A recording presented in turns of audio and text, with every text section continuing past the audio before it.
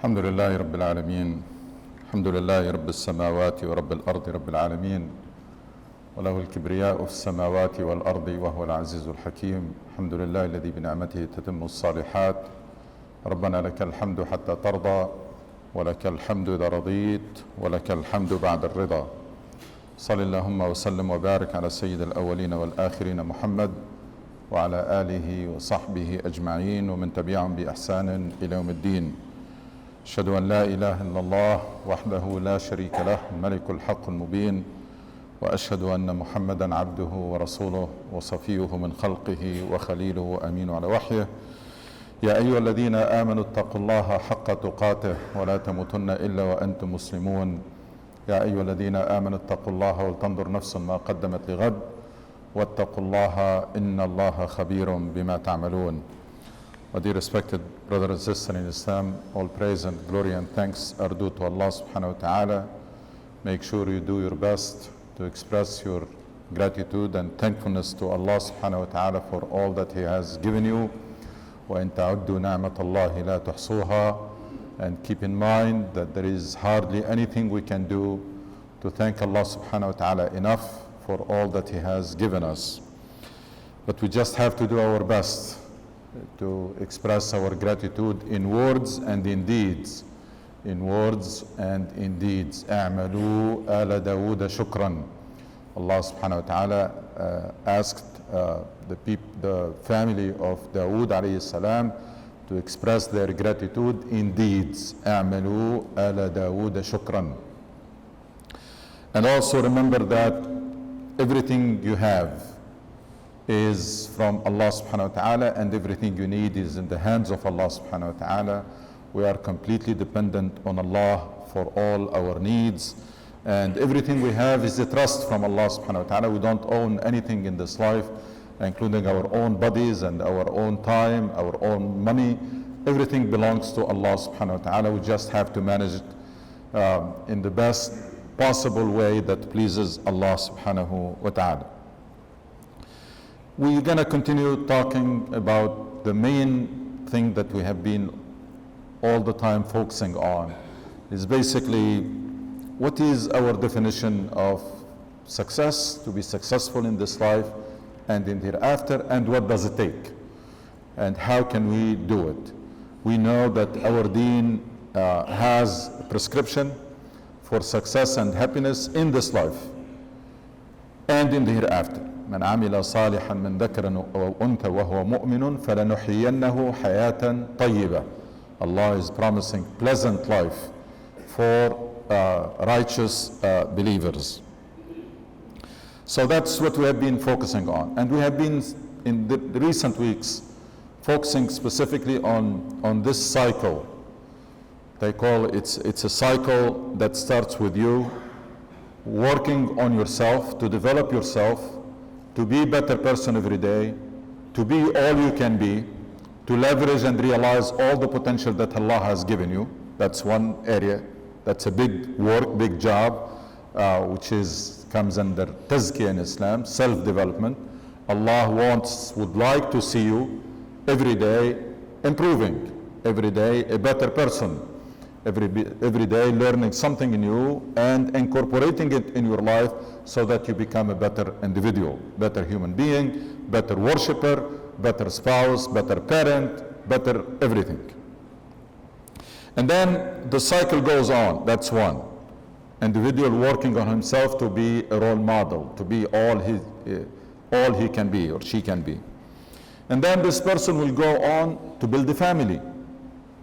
And that also has to be built in a systematic way. Families, we can no longer afford to build families haphazardly because the consequences are severe. So we're going to have to learn and to appreciate and understand that family has to be built and managed and led in a very systematic way. And that's another big job that we also have to appreciate the scope of it. Marriage, it's probably one of the biggest decisions that an individual makes in his life, and that's probably the biggest decision that you can help your son or your daughter make in his life.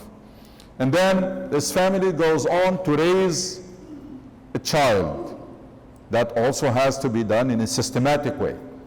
You're building an individual. You're not just taking care of the needs of your child, you are building that personality. You are shaping the personality. There is so much work that you need to do to instill in that child beliefs, values, character, understanding of the deen, understanding of life, knowing Allah subhanahu wa ta'ala. So much to do in building that child. And that's why I said before that as long we have Muslim families who are having 5 and 6 and 7 children, these people, they don't appreciate what does it mean to be parents. That job should not be taken lightly. Now, if you can do it, go for it. But if you cannot, just have as many children as you can raise properly. You can nurture them and mentor them properly. And then that child will go on, and then the cycle will close.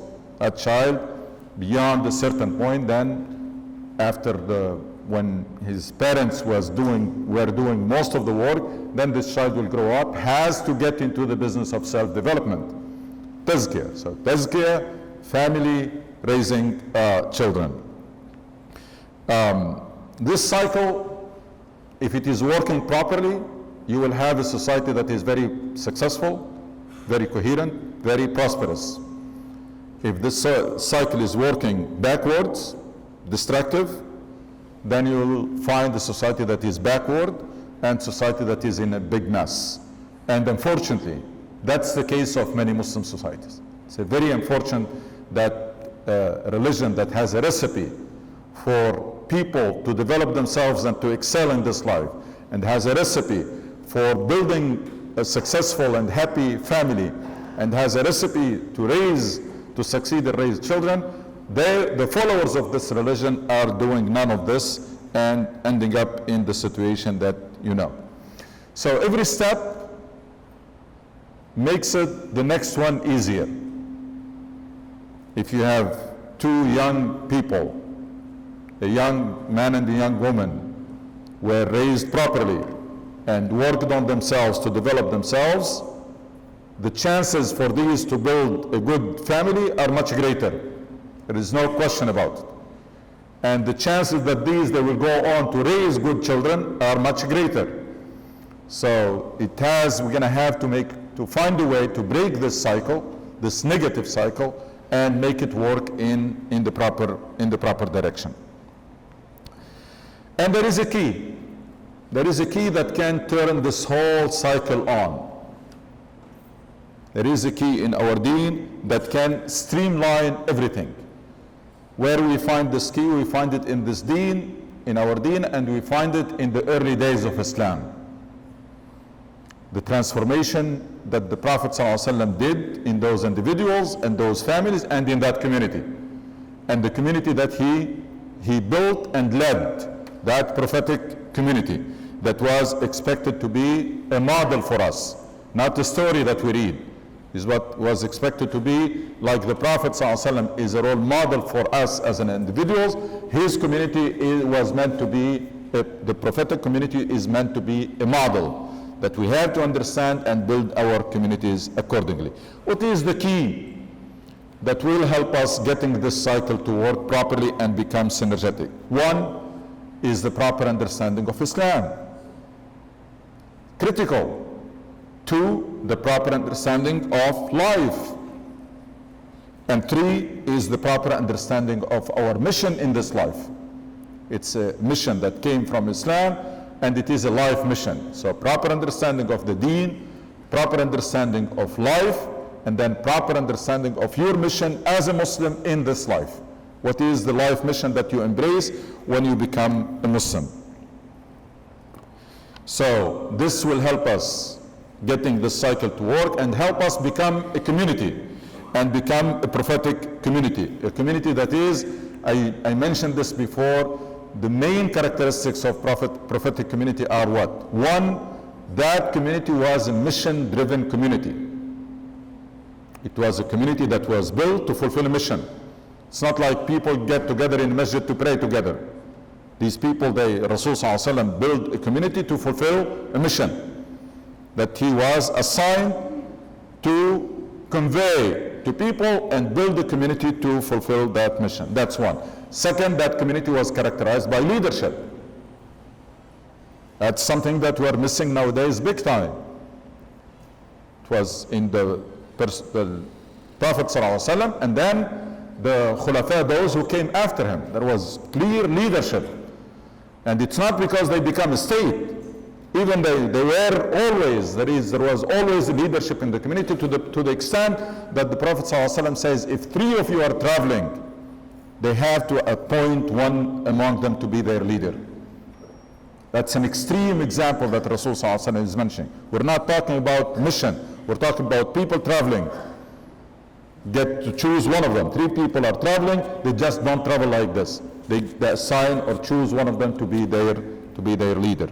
Just compare from 3 people traveling to whole communities and whole societies with no leadership. And that community was characterized with brotherhood. True brotherhood was described in Quran in beautiful way about Muhajirin and Ansar, and we read about the true brotherhood that happened between the Muhajirin and Ansar. It's amazing. It's a story that it's hard to believe. If it did not come to us through proper channels, it's hard to believe the brotherhood that happens between when people shared everything they have with the brothers they didn't know, they did not see before. They were joined by this mission and by this great faith and by this greater. And then there is the 4th component of the prophetic community is the mentorship. This is something that we have to revive in our communities and our culture, is for you to be mentoring someone and to find a mentor, to find someone who can mentor you. I know it's a strange concept. We don't hear it a lot in speeches or khutbah, etc., because it has faded, even though it is essential in Islam. Mentorship, someone who can help you, uplifting you and helping you realizing your full potential. We're going to have this. This is critical for that cycle that I've been talking about. Why?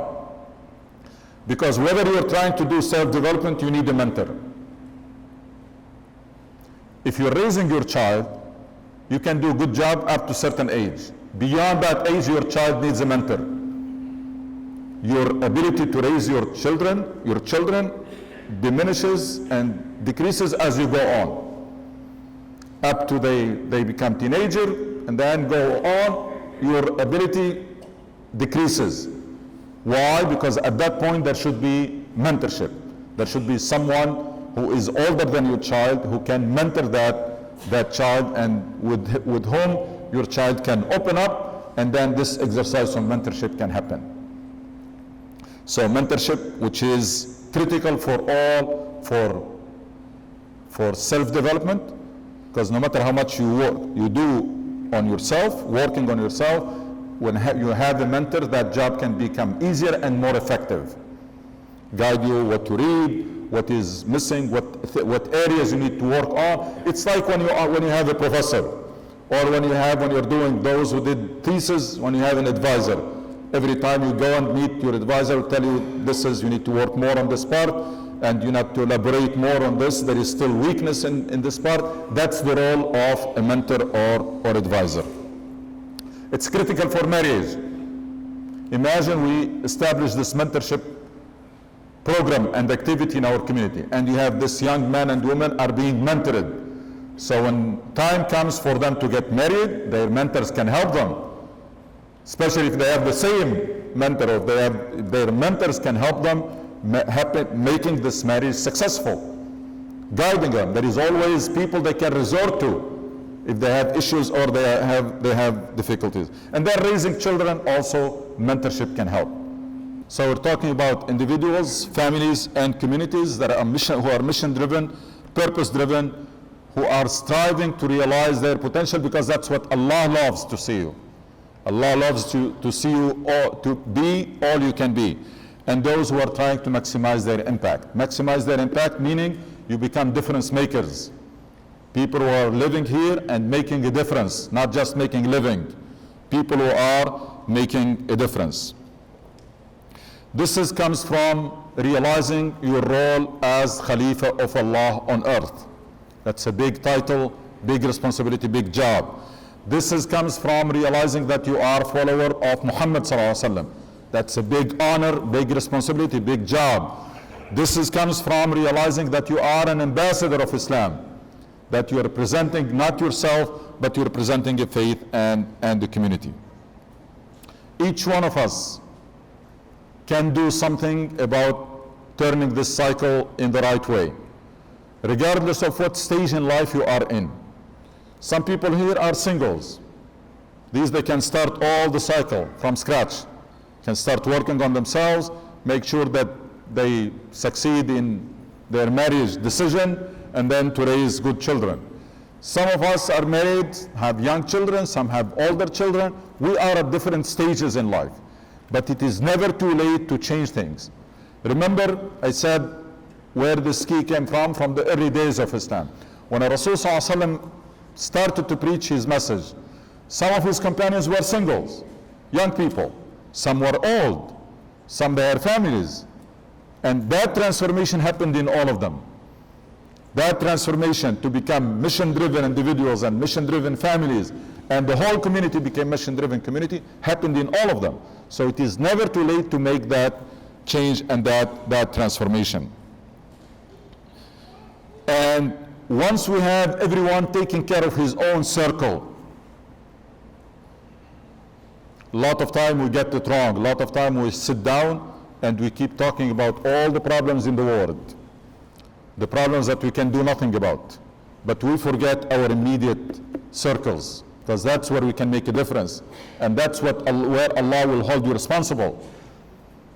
Allah may not hold you responsible about changing this whole world, but Allah will hold you responsible about managing your family and raising your children. And about yourself. So once we have everybody taking care of their own circle, then we can start this recovery process. Then we can rebound as a community, but not before that. Otherwise, we're just daydreaming, and everything that we're talking about is simply wishful thinking. People who are wishful thinking, tafkir bit-tamanni. You want to serious about changing things. Let's start with ourselves, because remember the golden rule: Allah will not change the conditions of people until they change themselves. And then once we do that, then we can talk about community. Once every one of us take care of his immediate circle, and then there is a relationship between families and communities.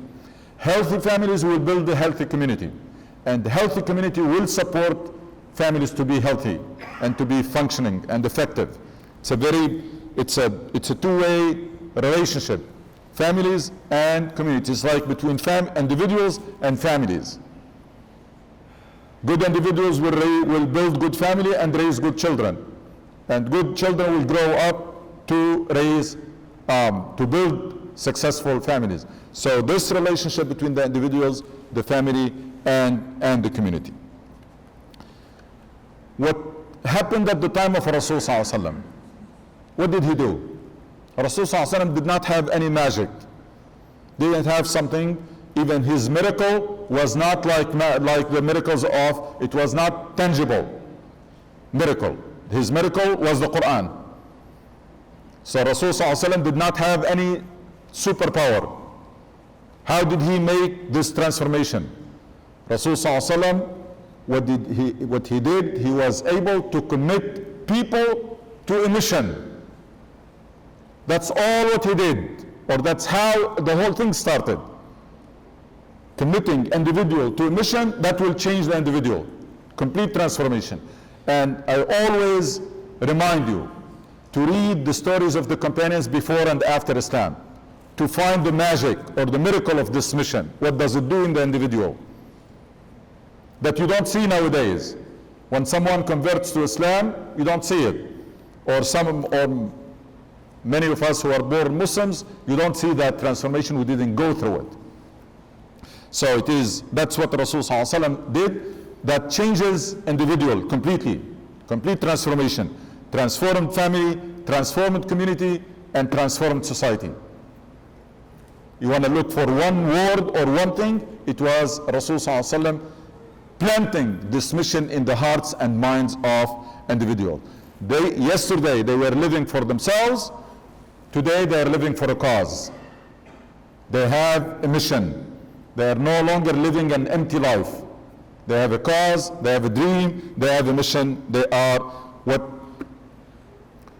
just to bring the idea closer to you, just imagine with me someone who was unemployed. And then this individual somehow get a job. A good job, very demanding job, well-paying job. You know the change what's going to happen in the life of this individual.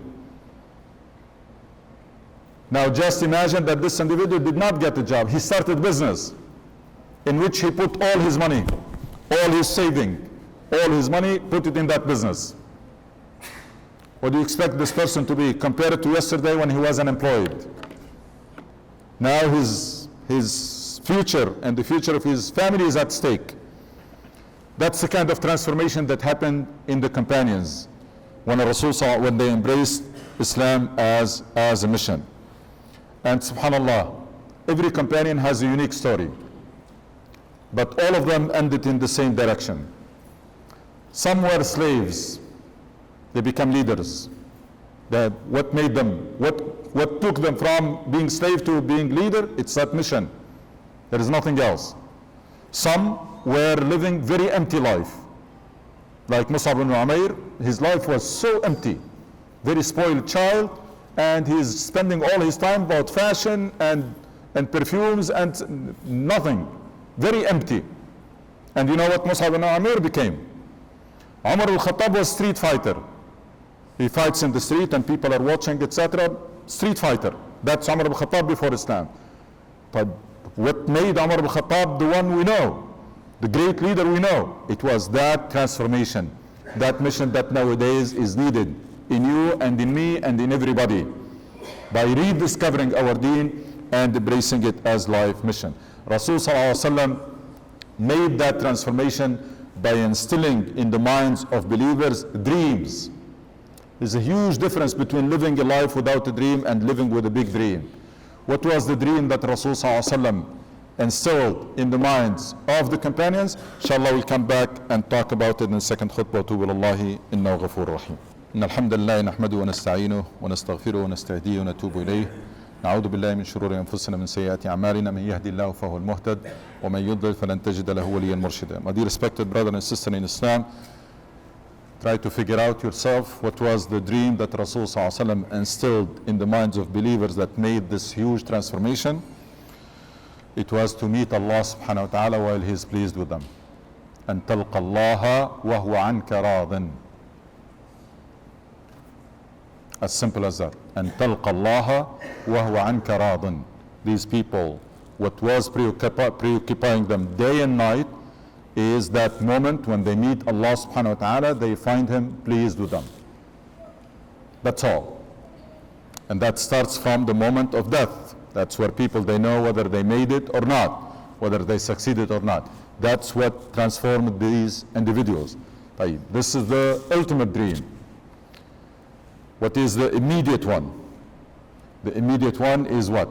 Is to see, and please pay attention to this, to see the purpose of Allah, Muradullah, and the plan of Allah fully executed in this life. That's a big dream. Allah wants justice to prevail on earth. These people, they were dreaming of seeing the day where justice prevails on earth.